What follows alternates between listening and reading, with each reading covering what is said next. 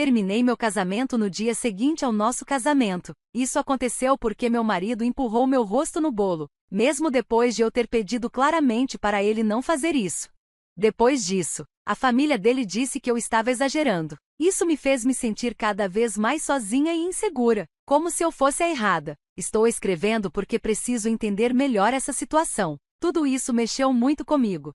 Conheci o Daniel há 4 anos, na festa de aniversário do meu primo. Ele era carismático, engraçado, e a gente se conectou logo de cara. Começamos a namorar pouco tempo depois, e o relacionamento evoluiu rápido. O Daniel sempre foi o tipo de pessoa que chama atenção, que faz todo mundo rir no começo. Eu adorava isso. Quase 4 anos depois, ele me pediu em casamento durante uma viagem simples, mas romântica, para uma cidadezinha de praia. Eu fiquei muito feliz e aceitei na hora, animada pra gente começar nossa vida juntos.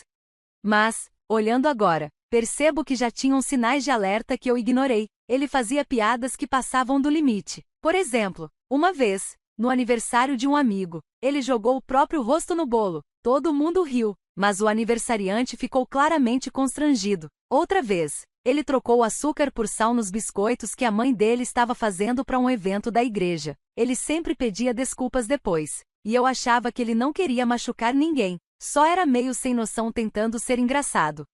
Quando a data do nosso casamento foi chegando, ele começou a ver muitos vídeos de pegadinhas, principalmente aqueles em que noivas levavam bolo no rosto. Ele achava engraçado, mas eu não via graça nenhuma. Falei bem claro para ele que não queria esse tipo de coisa no nosso casamento. Expliquei que investi tempo e dinheiro na minha aparência e que isso seria um desrespeito. Também disse que começar o casamento com uma humilhação era algo que eu não aceitava.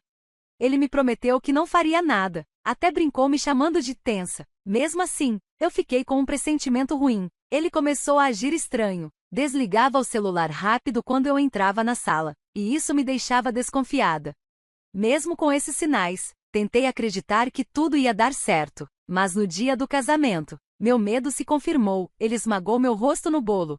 O que mais doeu não foi só o bolo no rosto, foi a traição da minha confiança. A família dele ainda piorou tudo, dizendo que eu estava exagerando. Isso me deixou muito confusa e triste, me fazendo duvidar de mim mesma e da minha decisão de terminar com ele.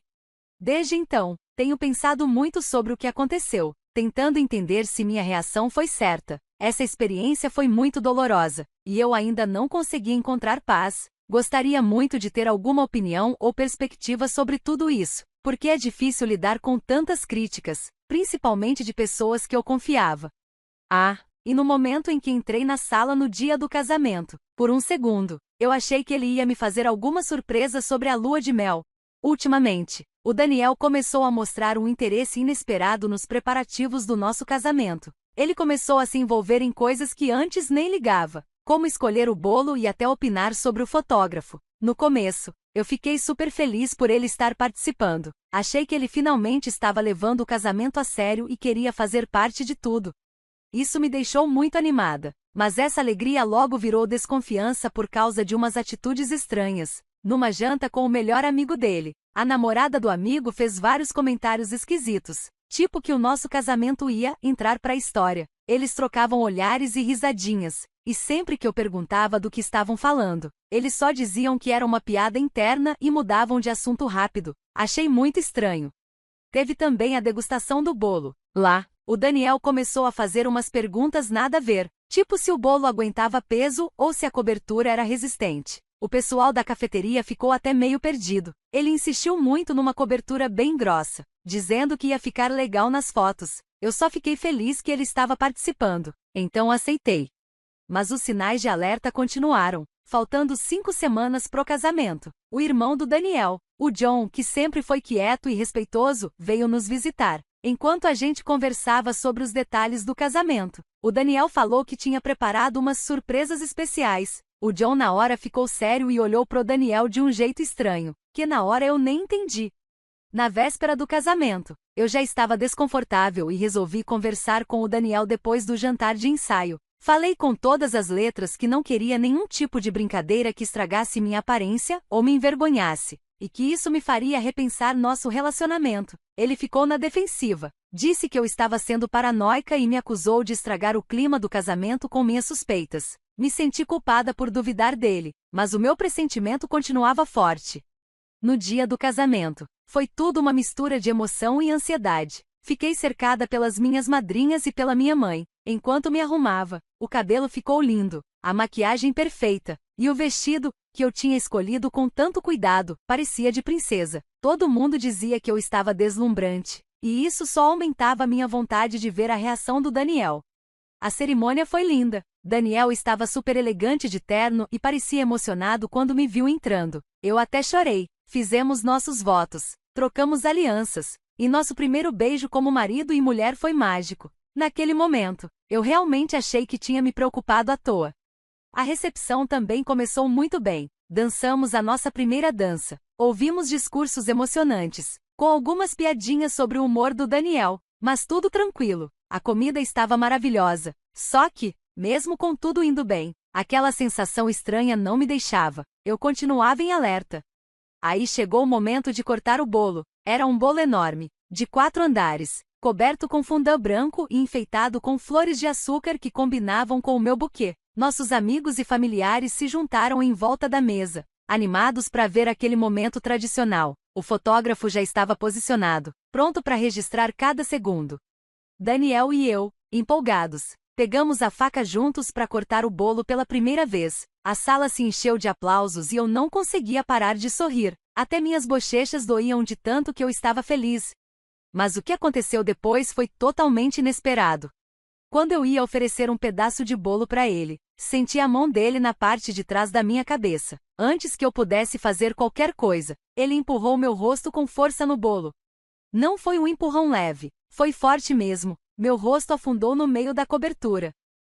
Minha maquiagem ficou destruída, meu cabelo cheio de glacê, e meu vestido, que eu escolhi com tanto carinho, estava completamente manchado.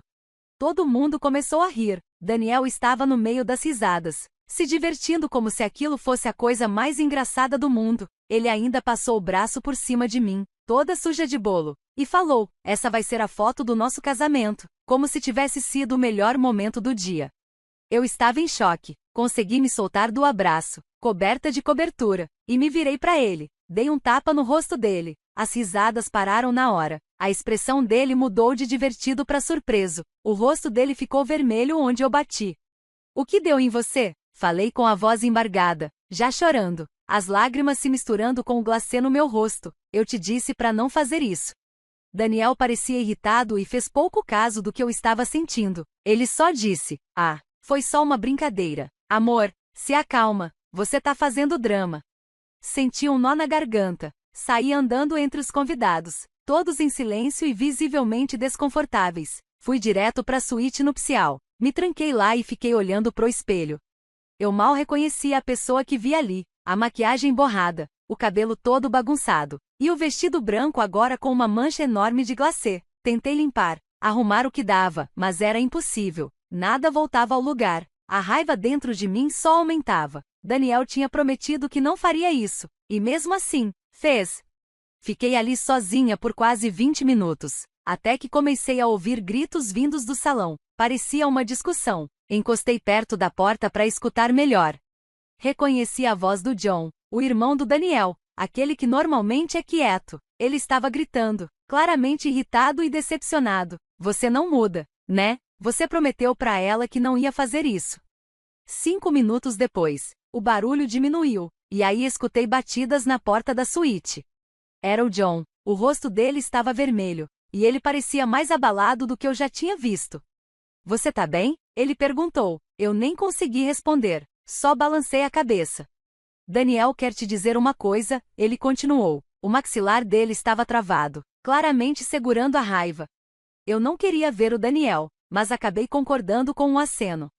John saiu por um instante e voltou com Daniel. Ele entrou com a cabeça baixa, sem olhar nos meus olhos. Ficou ali parado, encarando o chão. "Olha para ela, Daniel", o John mandou. Daniel levantou os olhos devagar, com hesitação, até encontrar os meus. "Sinto muito", Daniel murmurou, mas dava para ver que não era sincero.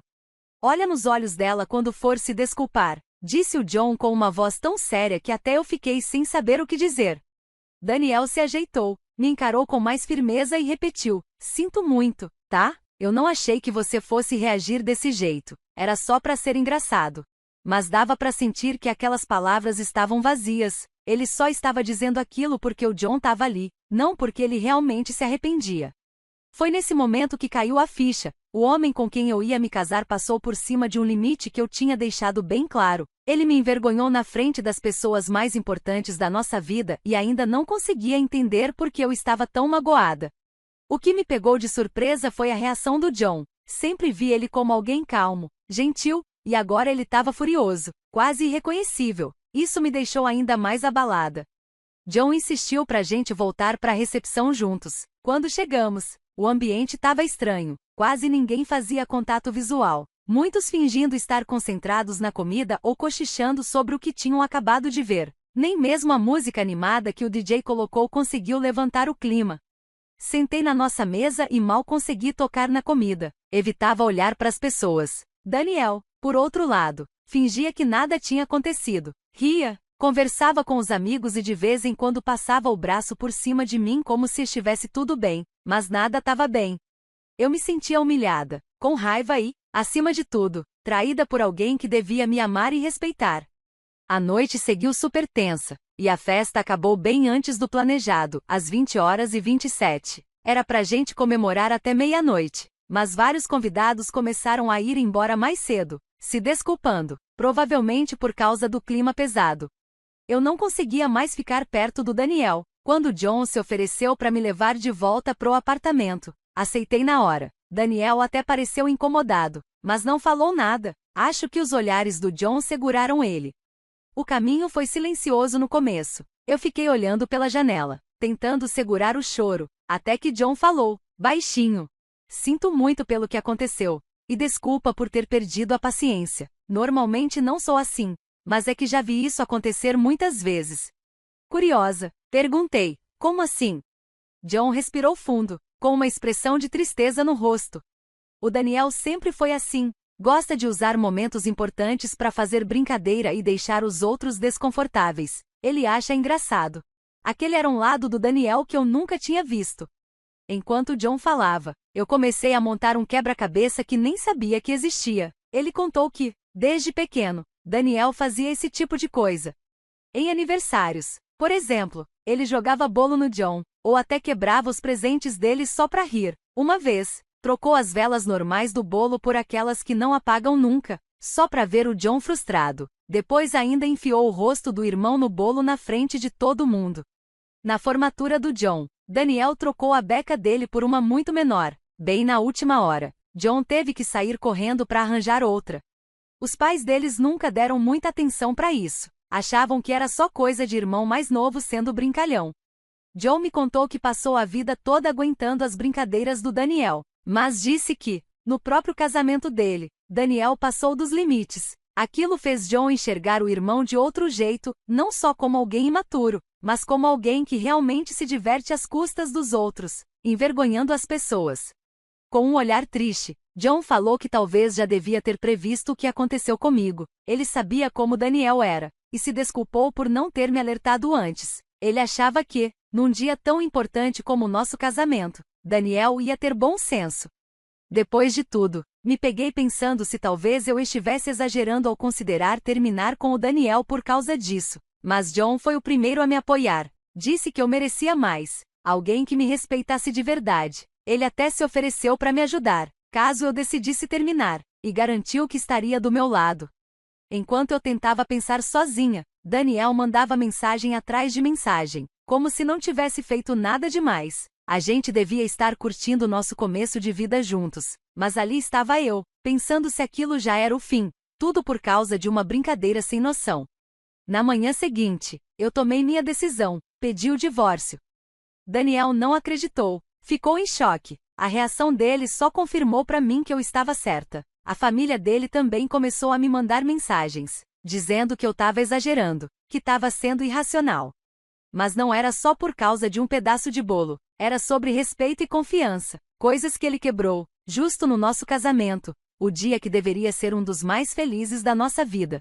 Ele ignorou um limite que eu deixei muito claro, e tudo só para arrancar umas risadas. Se ele foi capaz de fazer isso agora, como eu poderia confiar nele no futuro?